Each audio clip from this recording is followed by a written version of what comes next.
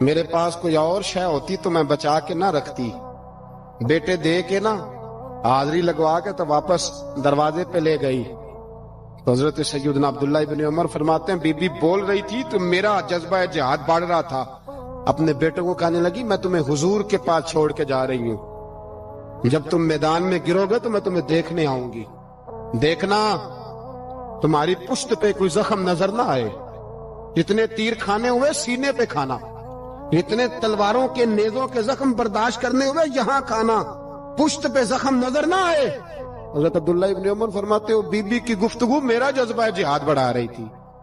ایک be be 3 سال کا 4 سال کا بیٹا لیے رو رہی ہے، احد کا دن ہے، سہیلیاں پوچھتی ہیں تو کیوں روتی ہے؟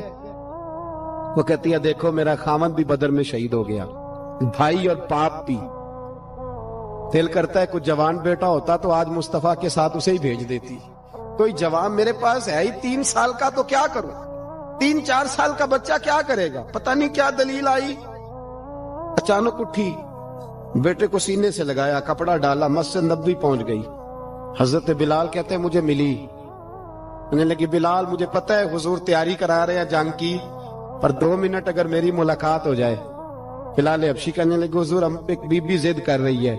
حضور باہر آئے، کہنے لگی حضور میں فلاں کی بیٹی، فلاں کی بہن، فلاں کی بیوہ ہوں، میں نے بدر میں 3 شہید دیے ہیں، اب میرے پاس یہ 3 سال کا لال ہی بچا ہے، بڑا فخر ہے میرا، لوگ مجھے شہید کی بیوہ، شہید کی بیٹی، شہید کی بہن کرتے، دل کرتا ہے شہید کی اماں بھی کہیں جاؤں تو میرا بیٹا لے لے۔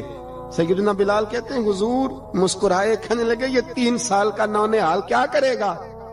کہتے ہیں اماں کا عجیب جذبہ ہے، کہنے لگی محبوبہ سنا ہے اسلحہ بھی تھوڑا ہی ہے، ڈھالے زیادہ کوئی نہیں، میرا بیٹا ساتھ رکھ لیں، جب آپ کی طرف کوئی تیر آیا نا تو میرا بیٹا ڈھال کے اس کو ڈھال بنا کے آگے کر دینا۔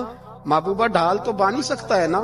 حضرت بلال فرماتے ہیں مصطفیٰ کریم نے فرمایا جا میں نے قبول کیا، قیامت کے دن بیٹا گھر لے جا، جب تیرا نام پکارا جائے گا تو شہید کی اماں کہہ کے پکارا جائے گا، جا تو گھر لے جا۔ کہتے ہیں چلتے چلتے ایک غریبنی اور آ گئی، اتنی سی اٹی بان کی، اتنی سی، بلال حضور سے ملاقات ہو جائے گی، نبی پاک آ گئے، کہا محبوبہ یہ غلبہ اسلام میں میرا بھی حصہ ڈال لے۔ حضور نے فرمایا یہ کیا ہے؟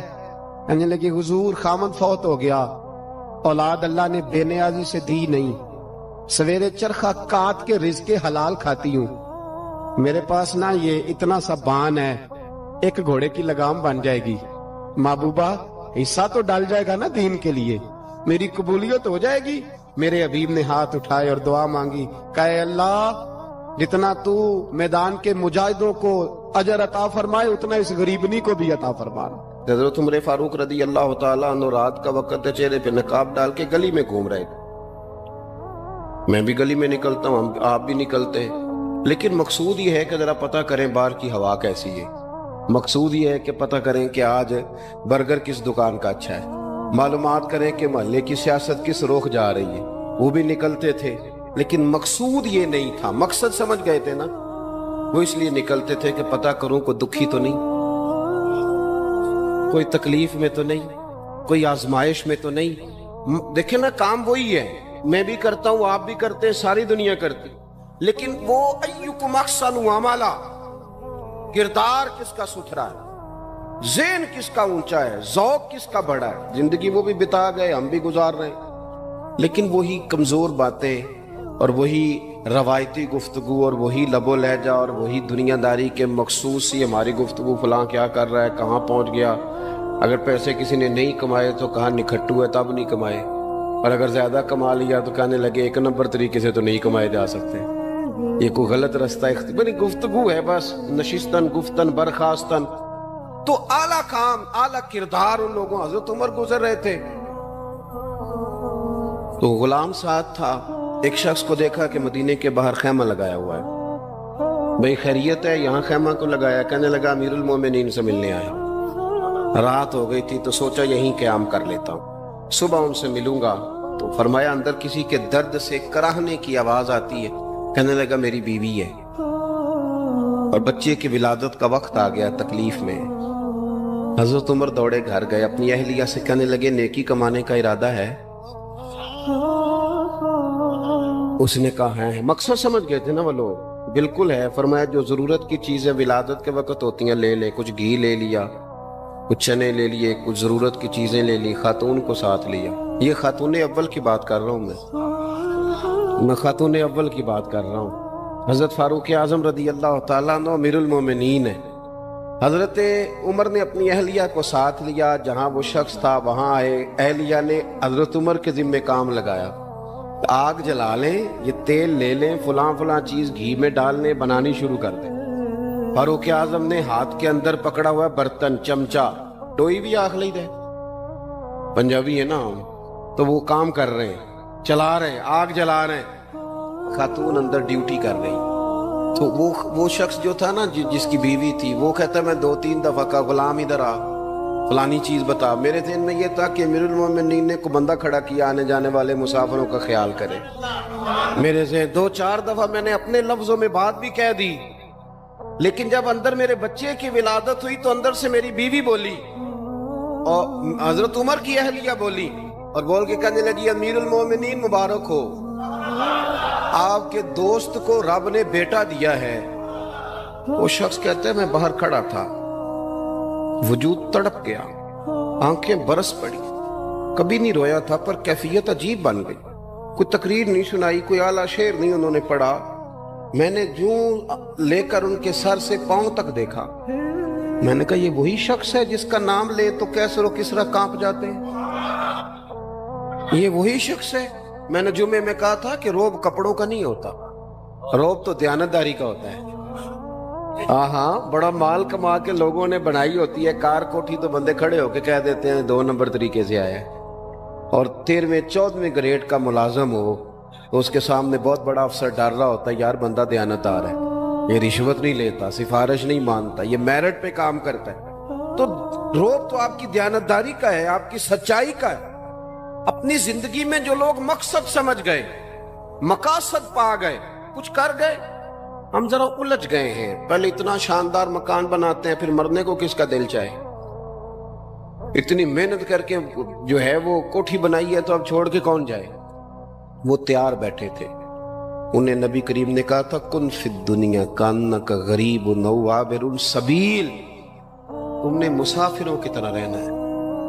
او میرے بھائی, کبھی دیکھا ہے ایئرپورٹ پہ مسافر لڑتا ہو کہ میں نے یہ جگہ خریدنی ہے؟ اسے پتہ ہے کہ ابھی فلائٹ آنی ہے, میں نے تو چلے جانا ہے. ریلوے اسٹیشن پہ جو جگہ ہوتی ہے وہ خریدنے کے لیے لوگ رٹا نہیں ڈالتے, انہیں پتہ ہے پہلی ٹرین سے چلے جانا ہے. بس سٹاپ پہ جھگڑے نہیں ہوتے کہ یہ کرسی میری ہے, جانا جو ہے مٹی دیں تے مٹی رہنا ہی. ایویں کا دی بلے بلے, اج مٹی دے اتے بندے آتے کل مٹی دے تھلے. اتنا زیادہ مقصد نہیں نا جب سمجھتے تو بے چین ہے, بے قرار. بعض لوگوں نے اتنے پیسے جمع کر لیے کہ اتنے کھا نہیں سکتے, اتنی ضرورت نہیں, لیکن اس کے باوجود ہے کہ وہ دوڑ ختم ہونے کا نام ہی نہیں لے رہی. حضرت صدیق اکبر رضی اللہ تعالیٰ عنہ امیر المومنین ہے. بادشاہوں کے بڑے بات ہوتی ہے. ہمارے ملک میں ایسے بھی بادشاہ گزرے ہیں کہ جو سفر پہ جاتے تھے تو خانسا میں بھی لے جاتے تھے, باورچیوں کو بھی لے کے جاتے تھے کہ کھانا میری مرضی کا ہونا چاہیے. حضرت ابوبکر صدیق نے پانی مانگا, امیر المومنین, تو صحابہ نے نا شہد ملا پانی پیش کیا. کوئی اتنی لمبی بات تو نہیں, لیکن صدیق اکبر رو ہی پڑے, اور اتنا روئے کہ ہجکیاں بن گئی.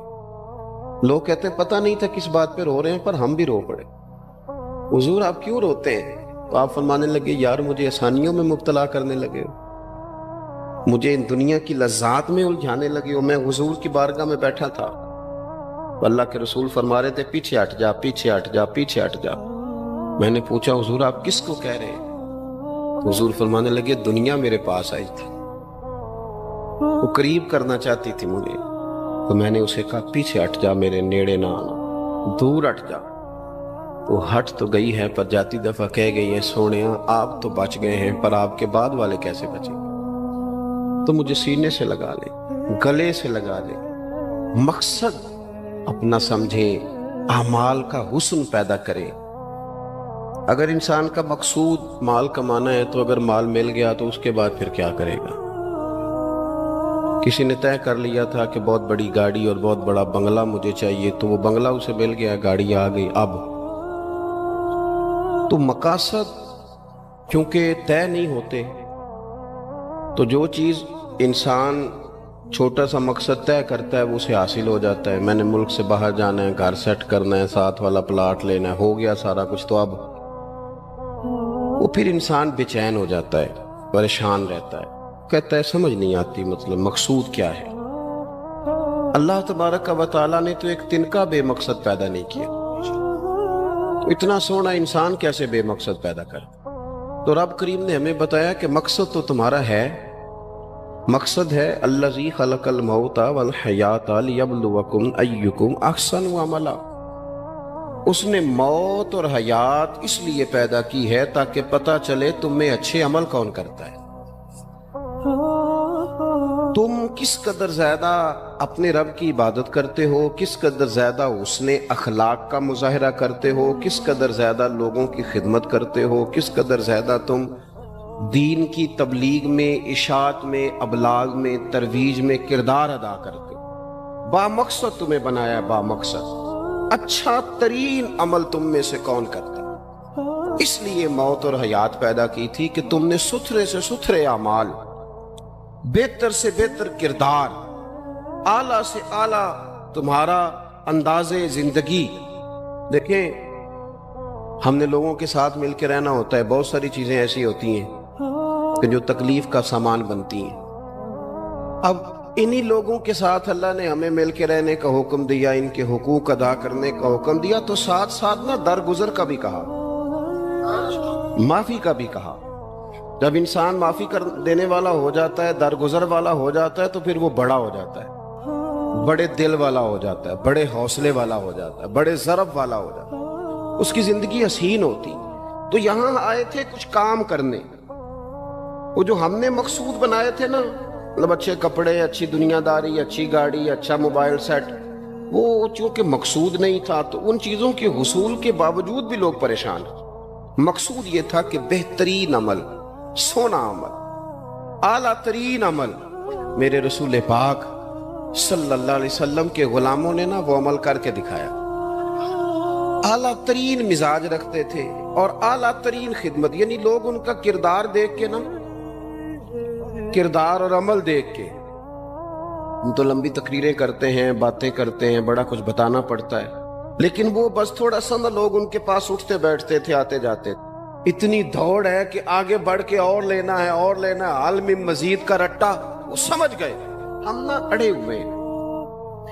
بہت سارے لوگ ایسے ہیں جنہیں صحیح بات کا پتہ چل گیا ہے، وہ فیصلہ کرنے میں دیر کر رہے ہیں، انہیں سمجھ آ گئی ہے کہ بہتر یہی ہے کہ میں وقت پہ مسجد آیا کروں، انہیں سمجھ آ گئی ہے بہتر یہ ہے کہ سویرے اٹھ کے نا واٹس ایپ بعد میں دیکھوں، پہلے قرآن پاک کی زیارت کر لیا کر۔ سمجھ انہیں ہے، سمجھ ہے کہ باتیں زیادہ کرنے سے بہتر ہے درود و سلام زیادہ پڑھا جائے، پتہ انہیں ہے، وہ فیصلہ ہی نہیں کر رہے، ارادہ نہیں بنا رہے، توجہ نہیں کر رہے۔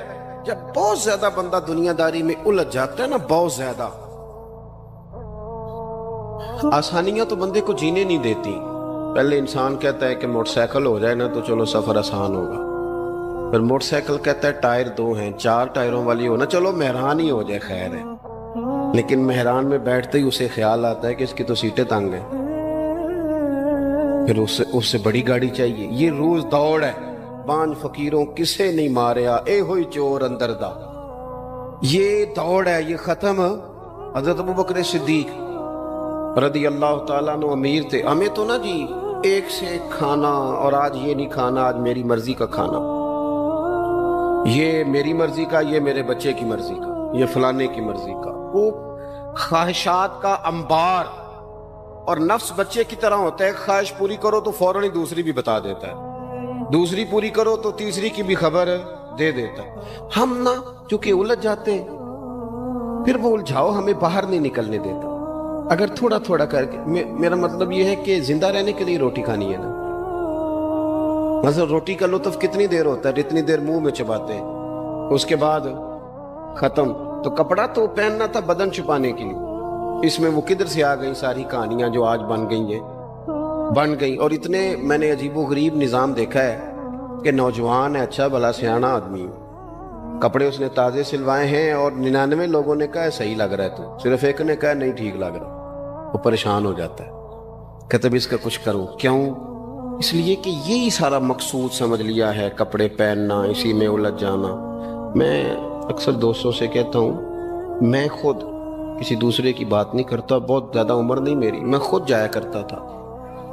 شادی کوئی آ گئی تو 2-3 دن پہلے ابا جی کہتے تھے پرانے جوتے کچھ گنڈوا لا، کچھ پالش کرا لا، توڑے میں ڈال کے جانا موچی کے پاس، اس نے کچھ سیٹ کر دینے. اب کہاں رہ گیا جی یہ کام؟ چھٹی نہیں ہو گئی. اب کون سا ایسا سلسلہ ہے؟ وہ جو کہیں سے کپڑا تھوڑا پھٹ جاتا تھا نا، تو اماں اس کو اس طرح پیوند کراتی تھی کہ ڈیزائن بھی بن جاتا تھا اور کام بھی چل جاتا. کدھر گیا وہ دور؟ لیکن تکلیف دیکھ لیں آج پہلے سے زیادہ ہے، لڑائی پہلے سے زیادہ ہے، آزمائش پہلے سے زیادہ ہے. کیوں؟ جتنی بھی خواہشات آپ بڑھاتے جائیں گے نا، مقصد فوت ہوتا جائے گا. جتنی بھی مقصود سفر کرنا ہے، گاڑی دکھانا تو مقصود نہیں نا، لیکن ہمیں وہ والی گاڑی چاہیے کہ لوگ ایک دفعہ انگلی منہ میں ڈالیں کہ وہ خو اس گاڑی پہ بیٹھا ہوا ہے.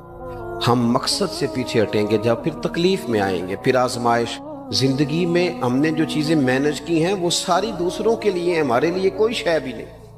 ولیمے پہ گئے تاکہ برادری راضی ہو جائے، تعزیت کے لیے گئے تاکہ محلہ راضی ہو جائے، فلانا کام کیا تاکہ لوگ جو ہیں وہ میرے حق میں ہو جائیں.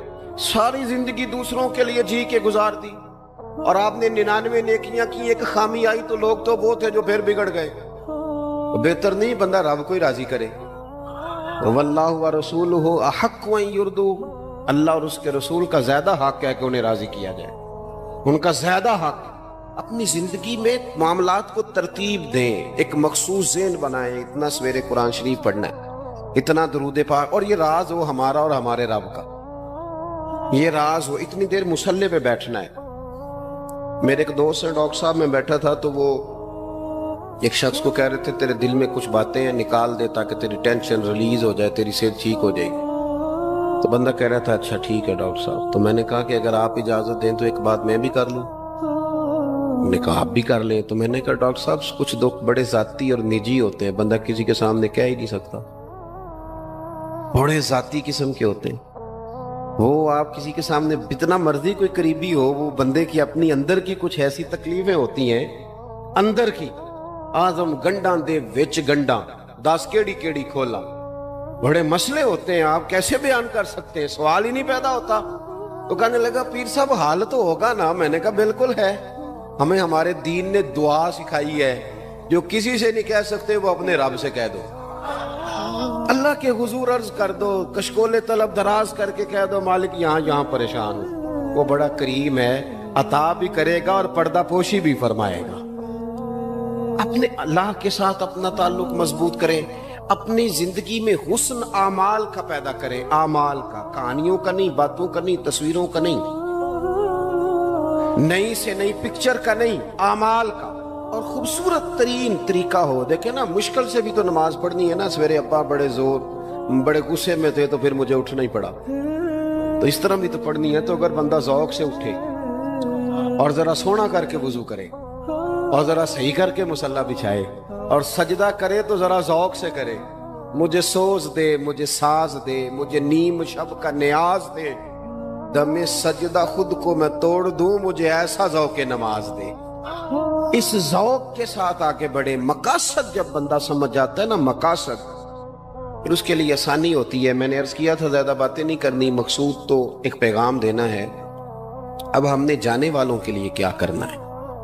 ایک تو یہ کہ اپنا مقصد ٹھیک کرنا ہے کہ جو رخصت ہو گئے اپنے بزرگوں کو نا یاد رکھیں. اصل کام ہے ان کو کھول کے بتائیے. سال کے بعد ختم، بڑی اچھی بات ہے، سسماہی ششماہی سیماہی سب ٹھیک ہے، ان کو یاد رکھیں. حضور نہ یاد رکھتے تھے، اپنی والدہ کا ذکر کرتے، اپنے والد کی بات کرتے، اپنے دادا کا ذکر کرتے. اپنے جانے سیدہ خدیجہ الکبریٰ رضی اللہ تعالیٰ عنہ وصال کر گئیں تو حضرت عائشہ کہتی ہیں حضور اکثر گھر میں ان کا ذکر کرتے. اپنے بزرگوں کو یاد رکھیں، ان کا ذکر کریں، ان کو نا والد کے لیے نا والد ہونا شرط ہے، پی ایچ ڈی ہونا شرط نہیں. والد کے لیے والد ہونا شرط ہے، مفتی ہونا شرط. والد ان پڑھ بھی ہو تو بچے کو سمجھانے کا سلیقہ سے اللہ اسے عطا کاری دیتا ہے. ماں بالکل ان پڑھ بھی ہو تو بچوں کو سمجھانے کا طریقہ اللہ اسے ان سے سیکھیں. میرے والدہ اور والدہ دونوں اپنا نام نہیں لکھ سکتے تھے، تو میں اپنے دوستوں سے کہتا ہوں مجھے کبھی موقع ملے تو میں کئی جلدوں میں کتاب لکھ سکتا ہوں اپنے ماں باپ. اس لیے کہ وہ جو ہمیں سکھا گئے، جو بتا گئے، وہ انہی کا خاصہ تھا. تو اپنے والد ایک تو جانے والوں کو یاد رکھیں، دوسرا ان کے لیے دعا کریں تو درد سے کریں، سونی کر کے کریں، صحیح کر کے کریں، اکیلے بیٹھ کے کریں. دعا کا سب سے زیادہ تعلق آپ کے دل کی آواز کے ساتھ ہوتا ہے. اور جس طرز میں حضور نے ہمیں حدیث سکھائی ہے نا، اس رنگ میں کبھی آپ حدیث کو سیکھیں، سمجھے نا. حضور فرماتے ہیں جس طرح دریا میں ڈوبنے والا سہارا تلاش کرتا، دریا میں اسے کتنی کو جلدی ہوتی ہے، غوطے لگ رہے ہوتے ہیں. وہ اس طرح کا نہیں ہوتا کہ میں عصر کی نماز کے بعد پھر آؤں گا تجھے نکالنے، اس طرح تو نہیں نہ ہوتا. دریا میں ڈوبنے والا اس طرح کشتی سہارا تلاش کرتا ہے، حضور فرماتے ہیں اس طرح قبر میں جانے والا دعاؤں کا انتظار کرتا ہے. آپ نے دیر کر دی دعا مانگنے میں، ختم دلانے میں دیر کر دی. خود صبح و شام ہمہ وقت دعا. ابھی آپ آیتیں سن رہے تھے سورہ ابراہیم کی، اللہ نے نماز میں رکھ دی ربنا اغفر لی ولی وللمؤمنین یوم یقوم الحساب. ایک تو نے یاد رکھیں، خوب دعا کریں، اور دوسرا کوشش کریں کہ وہ جو نیکیاں کرتے تھے وہ نیکیاں بھی جاری رہیں. جن لوگوں سے ان کا اچھا تعلق تھا وہ تعلق بھی قائم رہے. یہ بھی کوشش کریں کہ ان کے لیے صدقات و خیرات کریں، اور قیمتی صدقہ دیں. قیمتی، میں بات ختم کرنے لگا ہوں بس. قیمتی صدقہ دیں، قیمتی. 15 تولے سونا گھر میں پڑا ہوتا ہے، قیمتی ہوتا ہے نا. کبھی کسی نے چوک میں بتایا کہ آج 15 تولے سونا میرے گھر میں پڑا ہے؟ بولو نا، لگتا ہے تو 10 چھڑنا ہے. اگر گھر میں 50 لاکھ روپے کیش پڑا ہو تو چوک میں گلی میں آ کے آپ بات کریں کہ گھر میں پیسے پڑے ہیں. کیوں؟ کہ وہ قیمتی ہیں، کوئی لے نہ لے. تو یہ جو 5000 مسجد دیکھ کے سارے محلے کو بتاتے ہو یہ بھی صدقہ تھا، یہ بڑا قیمتی چیز تھی. یہ بتانے والا نہیں تھا، یہ تو نیکی تو قیمتی تھی. قیمتی چیز جو ہوتی ہے وہ تو چھپائی جاتی ہے کہ بتائی جاتی ہے. یہ جو بیٹیاں ہیں نا اسلام کی، مائیں بہنیں، یہ قیمتی ہیں. اس لیے اسلام انہیں کہتا ہے تم گلیوں اور چوکوں میں آنے والی نہیں، قیمتی چیزیں گھر کے اندر رہا کرتی ہو. تم قیمتی چیزیں ہو، تمہارا وجود قیمتی ہے. تم کبھی ماں ہو، کبھی بیٹی ہو، کبھی بہن ہو، کبھی بیوی ہو، قیمتی ہو. اس لیے تمہیں اسلام کہتا ہے کہ گھر کے اندر رہو گی تو تمہاری قیمت رہے گی. کچھ چیزیں ایسی ہیں جو چوکوں میں گلیوں میں پھیل جائے تو ان کی قیمت نہیں رہتی. اس لیے تمہیں کہا جاتا ہے کہ گھر میں رہو. یہ جو تمہیں چوکوں میں لاتے ہیں یہ تمہیں بے وقت کرنا چاہتے ہیں، بے قیمت کرنا چاہتے ہیں. انسان تھوڑی دیر کے لیے، اگر تھوڑی دیر کے لیے غور کرے تو بڑے بڑے جانور انسان سے بڑے طاقتور ہیں، لیکن اللہ نے ان کی نکیل انسان کے ہاتھ میں تھما دی. اتنا بڑا جہاز ہے، ٹنوں وزن لے کے چل رہا ہے. انسان کے بس کی بات نہیں کہ وہ کئی لوگ لگ کے بھی اس کو اٹھا سکیں، لیکن اللہ نے اس کے قبضہ و اختیار میں کر دیا ہے. فرمایا هو الذی خلق لکم ما فی الارض جمیعا، زمین میں جو کچھ ہے سارا تیرے لیے بنایا ہے، آسمان میں جو ہے سارا تیرے لیے بنایا ہے. وما خلقت الجن والانس الا لیعبدون، فرمایا کل کائنات میں نے تیرے لیے بنائی ہے اور تجھے میں نے اپنی عبادت کے لیے پیدا فرمایا ہے. تو جنوں اور انسانوں کو اللہ نے اپنی عبادت کے لیے تخلیق فرمایا. مقصد زندگی، مقصد تخلیق، دنیا میں آنے کا مقصد اولی اور مقصد آخری اللہ کی عبادت، اللہ کی معرفت، اللہ کی طرف توجہ، اللہ کی طرف رجوع. یہی ایک مقصد تھا انسان کے آنے کا. اسی کو قرآن نے بیان کیا تھا. اپنے اپنے مقاصد، درود شریف پڑھنے والوں سے بلند صلاۃ و سلام علیک یا سید یا رسول اللہ. اپنے اپنے مقاصد، اپنے اپنے معاملات کو ہم نے ترتیب دے لیا ہے. صبح سے شام تک کے معاملات سارے کے سارے ہمارے ذاتی، نجی، اور ہمارے اپنے بنائے ہوئے مقاصد کے تحت گزر رہے ہیں۔ حالانکہ رب کریم نے فرمایا کہ انسان، میں نے تجھے اپنی عبادت کے لیے بنایا ہے، اپنے لیے تجھے بنایا ہے، تو میری بارگاہ میں سجدہ ریز ہو، تو میری بارگاہ کی طرف توجہ کرے، تو میرے لیے تسبیح پڑھے، تو تہلیل کے جملے بولے، تو تکبیر کہے، تو میرے محبوب پہ نازل ہونے والے قرآن کی تلاوت کرے۔ تجھے تو اس لیے بنایا تھا۔ عبادت کا معنی یاد رکھیے گا، عبادت کا معنی فقط نماز پڑھنا نہیں، عبادت کا معنی صرف نماز پڑھنا نہیں، نماز عبادت کا ایک جز ہے، نماز عبادت کا ایک حصہ ہے۔ عبادت نماز پڑھنے کا نام نہیں، عبادت روزہ رکھنے کا نام نہیں، عبادت صرف اور صرف حج کرنے کا نام نہیں، فقط ذکر فکر کرنا عبادت نہیں، بلکہ اللہ کا حکم ماننے کا نام عبادت ہے۔ خدا رسول کی بات ماننے کا نام عبادت ہے۔ جہاں جانے کا خدا حکم دے وہاں چلے جاؤ، یہ عبادت ہے۔ جہاں جانے سے منع کر دے وہاں کبھی نہ جاؤ، یہ عبادت ہے۔ اگر نماز پڑھنے کا نام ہی عبادت ہوتا تو پھر فجر کی فجر کے وقت کیوں پڑھنی پڑتی، پھر ظہر میں ہی کیوں فرض ہوتی، پھر عصر کا وقت مغرب میں جا کے کیوں نہ شروع کیا جاتا، پھر انسان کی مرضی تھی جب پڑھ لیتا۔ فرمایا نہیں، عبادت میری ہے، اصل میری اطاعت ہے۔ میں جب کہوں کہ یہ فجر کا وقت ہے تو تجھے فجر مان کے پڑھنا، جب کہوں ظہر کا وقت ہے تو ظہر مان کے۔ ہم نے عبادت کو مخصوص کر دیا، مسجد میں چلے جانا، نفل پڑھ لینا، کچھ دیر قرآن شریف پڑھ لینا، کچھ دیر اللہ کی عبادت کر لینا، کچھ دیر ذکر اذکار کر لینا، اس کا نام عبادت ہے۔ اور باہر نکل کے بے شک جھوٹ بولے، باہر نکل کے بے شک غیبت کرے، باہر نکلے اور کم تولے، باہر نکلے اور اپنی من مرضی کرے، تو یہ عبادت نہیں۔ اس لیے کہ ہم اس خدا کے ماننے والے ہیں جو صرف مسجد میں نہیں ہوتا، بلکہ جلوہ تیری ذات کا کو بکو ہے، میں جدھر دیکھتا ہوں ادھر تو ہی تو ہے۔ ہمارا خدا صرف مسجد میں نہیں ہے، اللہ ہر جگہ ہے۔ جے میں تینوں اندر جانا پھر مقید جانا، جے میں تینوں باہر سمجھا اندر کون سمانا، اندر بھی تویں باہر بھی تویں وچ بلا کون نمانا۔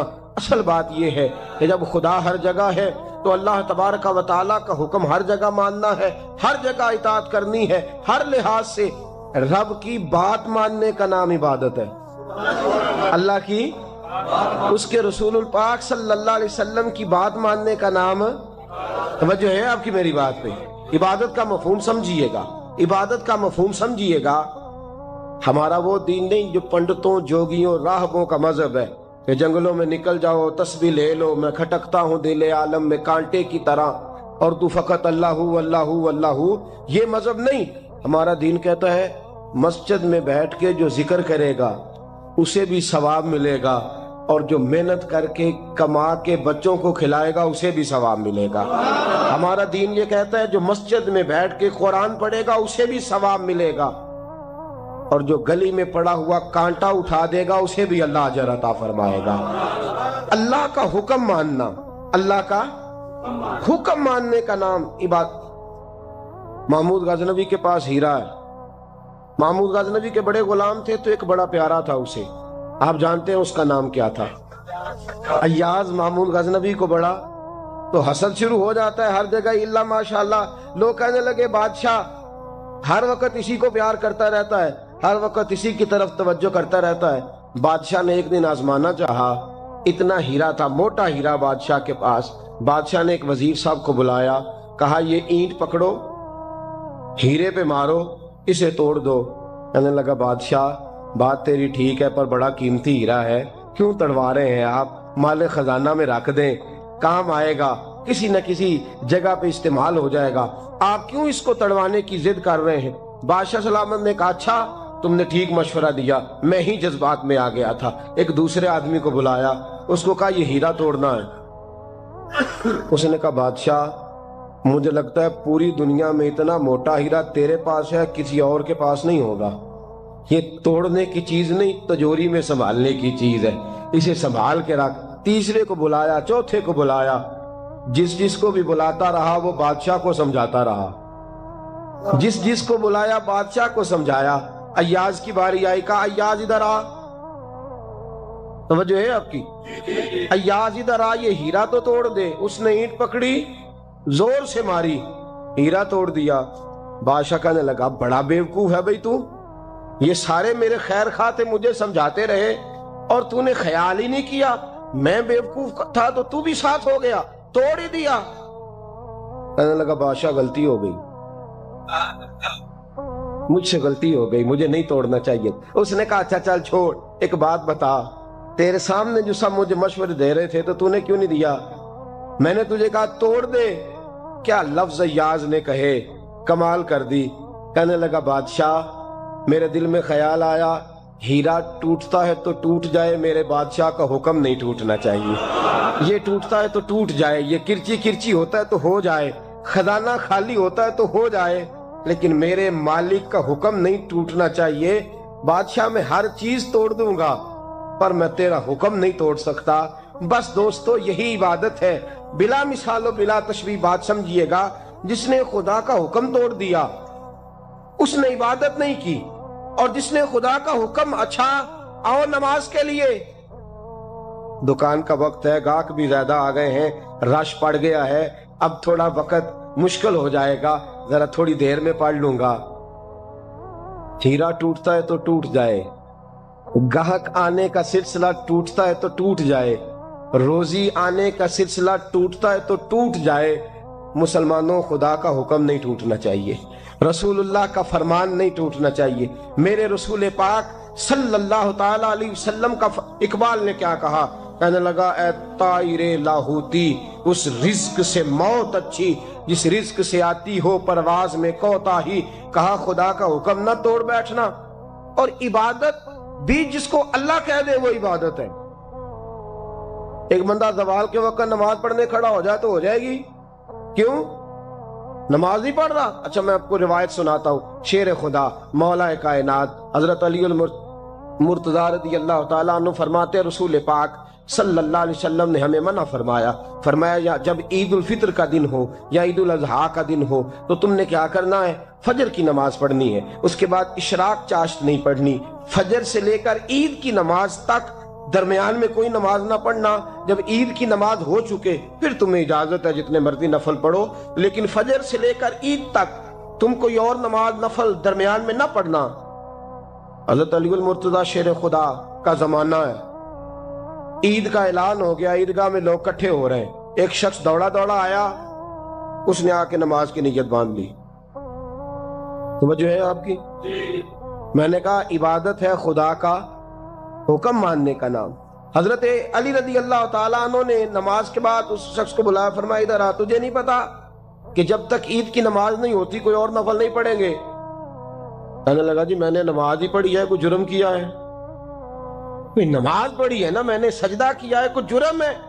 حضرت علی نے تلوار نکال لی، فرمایا جو مصطفیٰ کی سنت توڑ کے نفل بھی پڑھے گا میں اس کا بھی سر قلم کر دوں گا، جو رسول پاک کے حکم کے خلاف عبادت بھی کرے گا اس کو بھی قتل کر دیا جائے گا. توبہ کر. یاد رکھیے گا عبادت خدا رسول کی بات ماننے کا نام ہے. آپ سویرے 8 بجے اٹھ کے کھڑے ہو جائیں کہ میں نے تو فجر پڑھنی ہے، فجر کا وقت 8 بجے نہیں ہوتا، وہ گزر گئی 4 بجے، 4:15 بجے ہو چکا. ایک شخص شام 7 بجے کھڑا ہو جائے کہے جی میں تو ظہر کی نماز 7 بجے پڑھا کروں گا، یہ کیسے ممکن ہے؟ اس کا وقت تو 2 بجے کے راؤنڈ اباؤٹ ہے، تجھے اسی وقت ادا کرنی. یاد رکھیے گا عزیز ساتھیو، عبادت اللہ کا حکم ماننے کا نام ہے، لیکن عبادت کی بہت بڑی جو ایک رکن ہے، عبادت کا بہت بڑا جو ایک جز ہے وہ نماز پڑھنا، بہت بڑا جز. حضرت محمد بن ابی بکر حضرت صدیق اکبر کے صاحبزادے رضی اللہ تعالیٰ عنہ کیا فرماتے ہیں مسلمانوں بڑے نصیبوں والے ہو، بڑے نصیبوں والے ہو، تمہیں تو اللہ کی بارگاہ میں جانے کے لیے اجازت ہی نہیں لینی پڑتی، اللہ نے تمہارے لیے دروازہ ہی کھول دیا ہے. جب دل کیا، وضو کیا، نماز کی نیت باندھی، اللہ کے دروازے کھل گئے، اور بغیر کسی ترجمان کے تم نے اپنے رب سے بات کرنی شروع کر دی. عبادت ایسی نعمت ہے، اللہ کی بارگاہ میں کھڑے ہونا، سجدہ کرنا اتنی بڑی فضیلت کی بات ہے. یہ حدیث میرا خیال ہے آپ کو کبھی بھولنی نہیں چاہیے. سید عالم نور مجسم شفیع معظم صلی اللہ علیہ وسلم نے فرمایا بتاؤ اگر کوئی کسی کے گھر مہمان جائے تو میزبان اس کے ساتھ کیا سلوک کرے گا؟ تو صحابہ کہنے لگا یا رسول اللہ جتنا میزبان اچھا ہوگا اتنا ہی اچھا سلوک کرے گا، جتنا وہ اعلیٰ ہوگا اتنا ہی اعلیٰ سلوک کرے گا، جتنا وہ عرفہ ہوگا اتنی ہی اس کی بات بھی بڑی ہوگی۔ نبی پاک صلی اللہ علیہ وسلم نے فرمایا جو مسجد جاتا ہے وہ اللہ کا مہمان ہے، جو مسجد جاتا ہے وہ اللہ کا مہمان ہے۔ فرمایا میزبان کے ذمے ہے کہ مہمان کے اوپر رحمت کرے، کرم کرے۔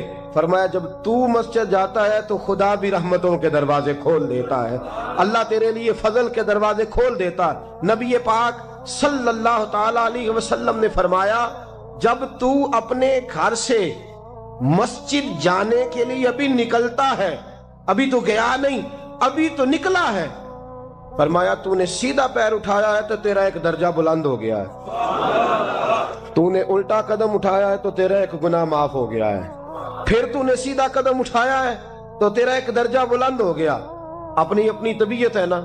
حضور نے حدیث سنائی، حضرت سیدنا اسید بن حضیر رضی اللہ تعالیٰ عنہ دیہاتی آدمی تھے، مسجد نبوی سے دور گھر تھا، مسجد آنے جانے کے لیے گدھا رکھا ہوا تھا، گدھے پہ بیٹھ کے مسجد آتے تھے، نماز پڑھ کے اسی پہ بیٹھ کے لوٹ جاتے تھے۔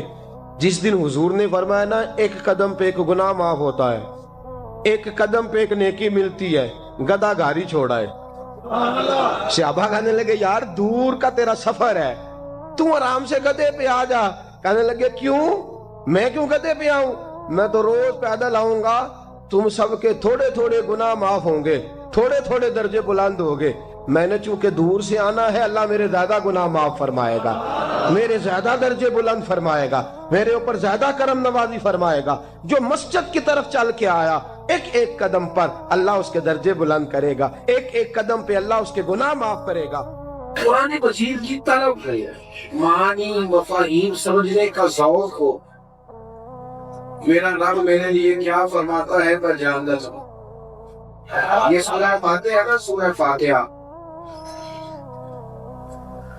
اللہ کا فضل ہے مسلمانوں کے بچوں بچے کو آتی ہے، بچے بچے کی زبان پر جاری ہو جائے۔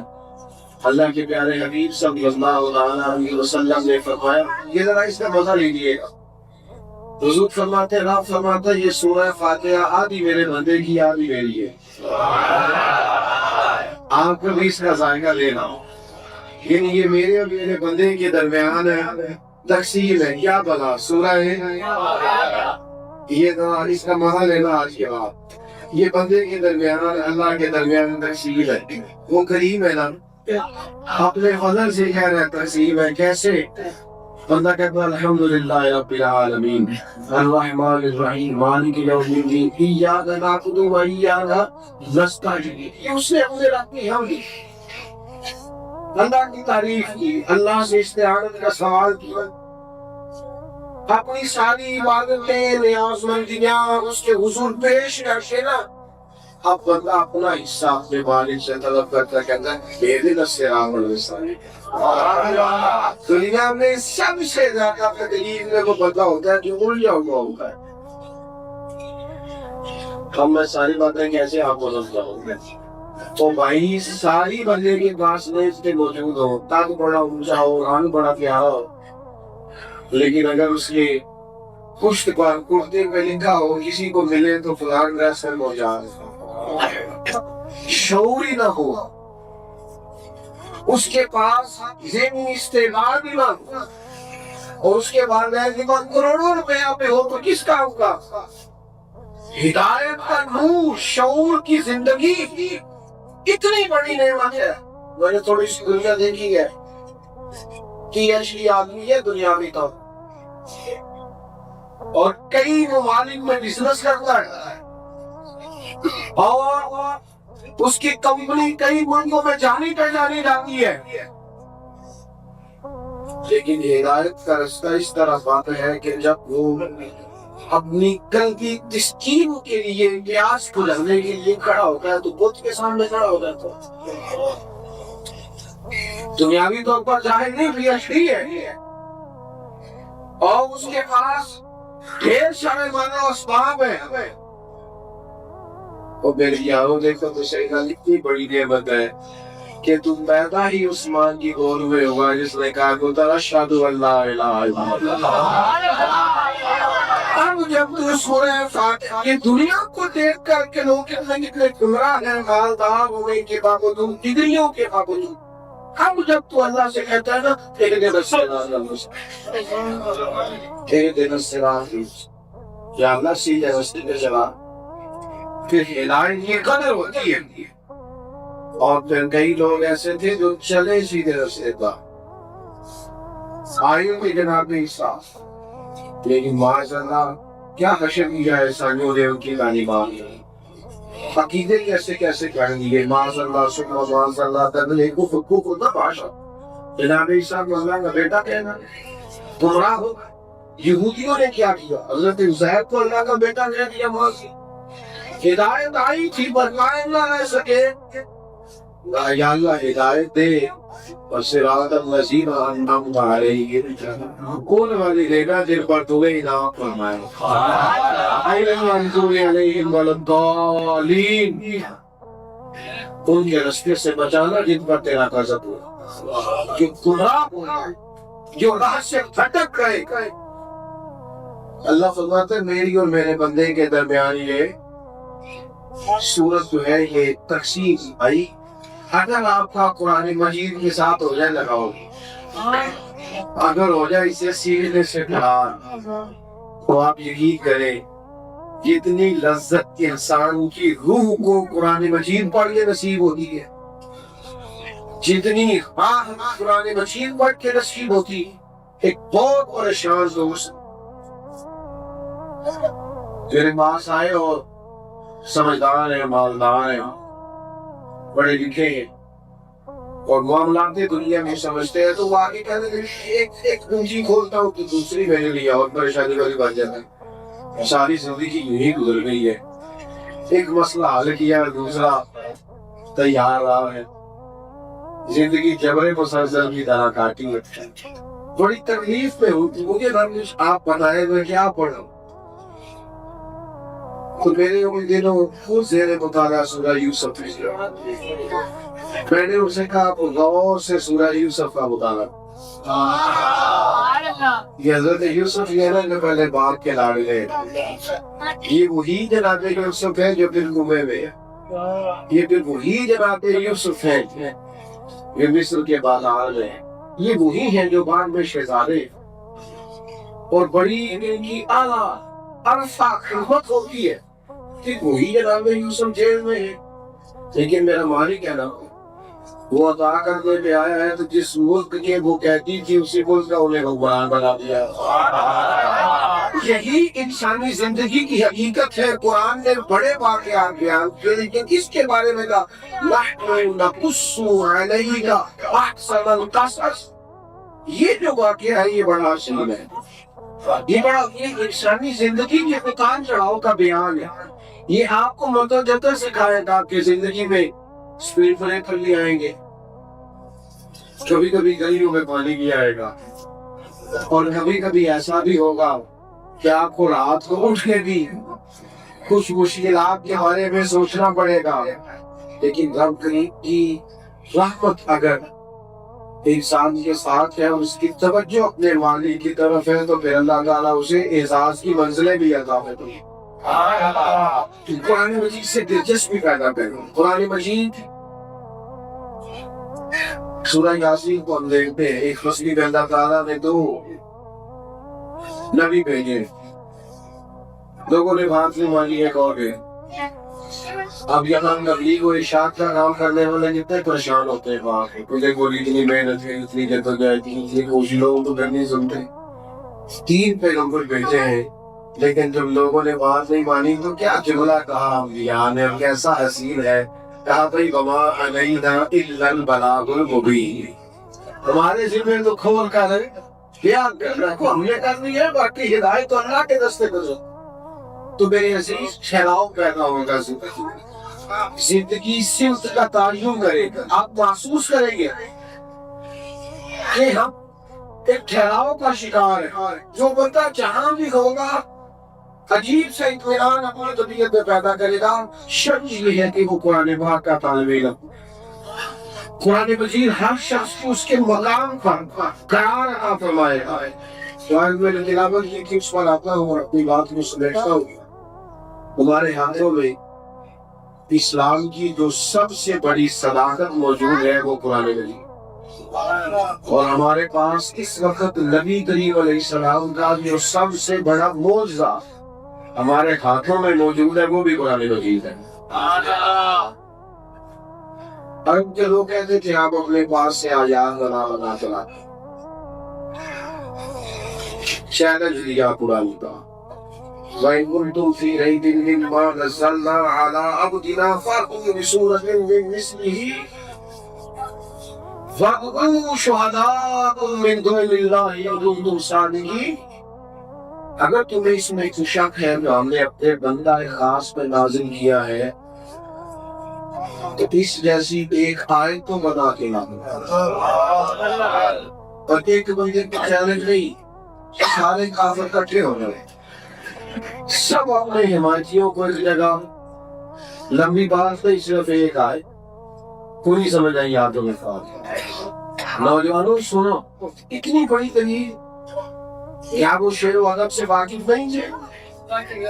کیا اس وقت جو لوگ عرب کے مسئلے والے تھے وہ الفاظ کے غم و درد سے، حروف کے توڑنے اور جوڑنے سے آگاہ نہیں تھے؟ وہ تو دوسروں کو عجمی کہتے تھے. فصاحت و بلاغت کا دعویٰ تھا بہت بڑا. لیکن قرآن مجید کے مقابلے کی ایک آیت آ سکے. بڑی خوبصورت بات لکھی ہے یہاں کی محمد مفتی احمد یار صاحب رحمۃ اللہ کی، بڑی کمال. مفتی صاحب رحمۃ اللہ علیہ فرماتے ہیں بندہ جتنی مرضی بڑی چیز بنا لے وہ نہیں بنا سکتا جو آپ نے بنایا. اللہ کی دی ہوئی عقل سے بندے جو مرضی بنا لے وہ نہیں بنا سکتے. جو ٹرین بڑی ہوتی ہے کہ چھوٹی؟ ٹرین ہی بڑی ہوتی ہے. یہ بھی آپ کو بتا رہا ہوں، ٹرین بڑی ہوتی ہے کہ لوگوں نے ٹرین بنا لی ہے، کیوں نہیں بنا سکتے؟ اس لیے جو اللہ نے بنایا ہے وہ بندے بنا سکتے. جگنے کی روشنی زیادہ ہے اس ٹیوب لائٹ کی زیادہ ہے. ٹیوب لائٹ بندوں نے بنا لیا، جگنوں کوئی نہیں بنا. اس لیے کہ جو رب کی تخلیق ہے بندے اس کا مقابلہ کر سکتے اور یہ اس کا مقابلہ کر سکتے وہ اللہ کی شان. تو فرمایا تم ایک آیت لاؤ، لیکن وہ لا سکے یا وہ نہیں لا سکے. خود ہی تو قرآن میں کہہ دیا فَإِن لَمْ تَفْعَلُوا، اگر نہ لا سکے وَلَن تَفْعَلُوا، اور ہرگز لا بھی نہیں سکتے. تم لا سکتے بھی چلو ساتھ سے اس کا انجن آدمی اور پتھر ہے کافروں کے لیے بنائی گئی ہے. تم نہیں مقابلہ کر سکتے قرآن مجید کا. آپ رج کے پڑے دنیا میں علیم کون بنا کرتا ہے؟ رج کے پڑے. لیکن ہم غیر نصابی سرگرمیاں بھی کرتے ہیں 100% دست. پورا ڈپلوما کرنے کے بعد فوراً نوکری مل جاتی ہے. کہتے چل پریکٹیکل کر دو. پھر جب جاب کے لیے آپ لیٹر دیں گے تو 2-4-5 لوگوں کی سی وی دیں گے نا، بلکہ 2 والا لیٹر کیا ہے جس کا ایکسپیرینس لیٹر ذرا بڑا ہو، تجربہ ذرا زیادہ ہو. تو بھئی آپ جتنا نصاب پڑھتے ہیں اس کے بعد بھی آپ کو پڑھنے کی ضرورت ہے، تجربے کی ضرورت ہے. میری بات کو سمجھیے گا. آپ 5 کتابیں بھی لگائے پہلی کلاس سے لے کر 10ویں کا، 50 کتابیں پڑھ لی ہے تو ایک قرآن مجید کیوں نہیں پڑھ سکے؟ اس کے مفاہیم پر غور کیوں نہیں کیا؟ آپ توجہ کریں، آپ غور فرمائی سے پڑھیں. کنز الایمان شریف رکھیں گھر میں، آپ آیات کو دیکھیں. اس بات کی سمجھ نہیں آتی یاد ہے اس کے حساب سے سوچے کہ اپنے علاقے میں دیوالی کا جہاں سے ہم لوگ وابستہ وہاں سے اس کی تفصیلات میں صرف تھوڑی مہربانی کریں. پہلے بھی میں نے کہا تھا، پھر کہتا ہوں ہمارے دیسی لوگ بڑے عجیب بہانے کرتے ہیں. پاک میری طرح کے کہتے ہیں عمر زیادہ ہو گئی ہے، زبان موٹی ہو گئی ہے، آپ کہاں سیکھیں گے؟ تو میں کہتا ہوں موبائل تو سامنے سیکھ لی ہے. کسی نے نہیں کہا جناب میں واٹس ایپ کیسے کروں گا، ہاتھ ہو گئی ہے.